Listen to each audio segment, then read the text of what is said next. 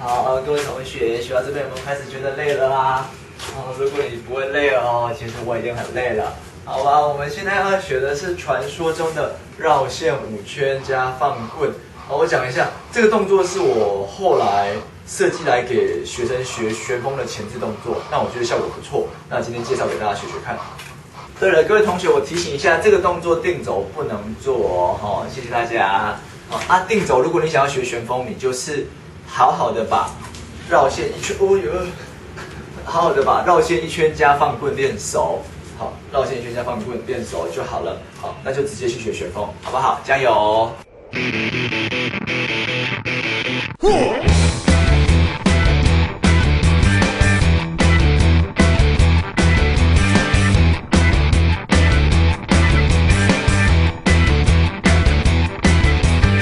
身上的拉链统统拉得起来，让你紧张，让你紧张。黑夜的墨镜我要戴了起来，非常嚣张，非常嚣张啊！心里的眼泪快要慢慢的出来。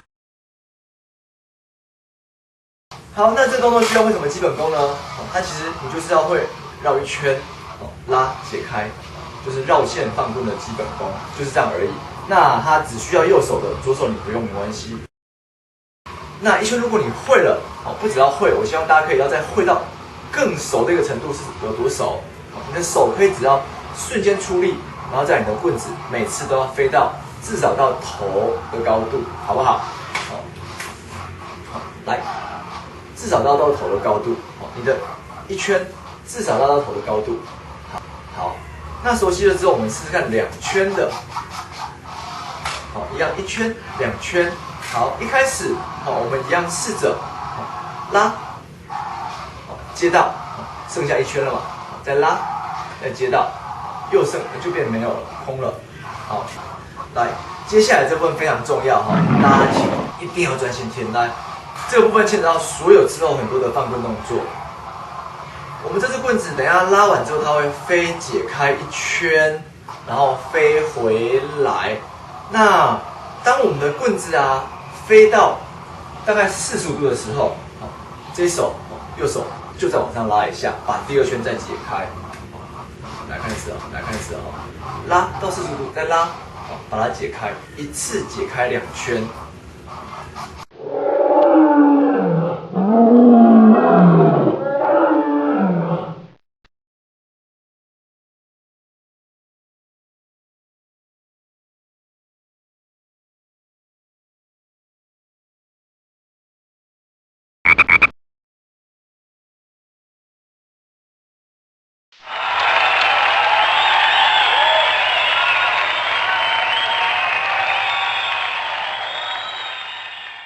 那我也提醒一下，因为每个人对于棍子的速度跟感觉不一样，我自己是认为棍子到这个位置的时候，右手要往上拉。那如果你自己的视觉判定不是长这样的话，用你自己的视觉的速度感去决定。但是就是你去感觉到每一次拉的时候，都是在那个时候是最好拉的，那就是正确的。那2圈熟了之后，就是3圈的，过来3下，这样就3圈了。那熟了之后，当然它就是一路练到5圈啊，2、3、4、5，1、2、3、4、5，就是把握每次都是棍子飞到这个时候，手瞬间出力拉一下这样子。大致上保持这个原则，5下如果可以拉起来的话，那就表示你对放棍的手感其实已经还不错了。第一个比较常见的错误就是可能是棍子太低，拉的时候棍子太低了。关于这个问题，通常都是我们的右手拉的力量太小力，所以它棍子跟扯铃都会很下面。那如果遇到这个问题，其实你只要拉大力一点，扯铃跟棍子就会一起被拉上来。来，等一下我示范一次，前面2下我拉小力的，后面2下我拉大力把它拉上来。来，小力小力，大力大力。其实只要瞬间出力，棍子就会被拉上来。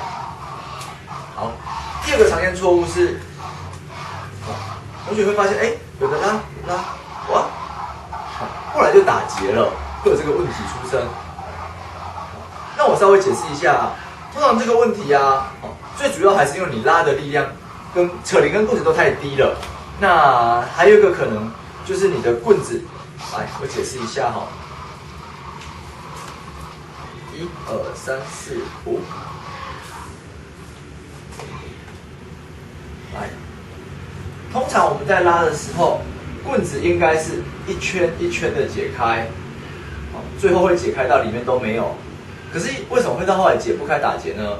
通常是棍子飞得太低，而这条线，外面这条线它从里面飞上来了，这样子里面的绳结就会打结。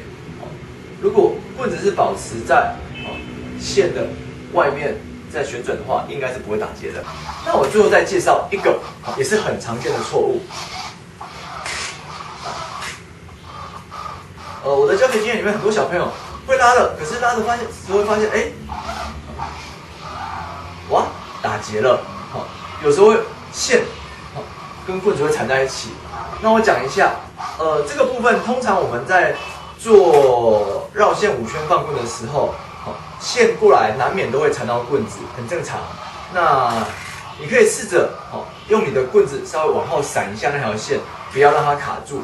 那如果成效没有很好的话，你也可以试试看，就是在拉的时候，你的棍子改成平的这样子拉，比较不会卡到线。我示范一次，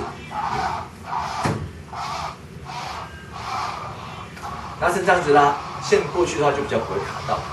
大概这样子的话，你的5圈应该就没有问题了。那这个动作有什么延伸动作呢？这个动作如果你做熟了，心情好你也可以试试看，它不只是可以做5圈哦，也可以做6圈、7圈、8圈、9圈、10圈哦。那华裔哦，高兴爱怎么做，几圈其实都是可以的。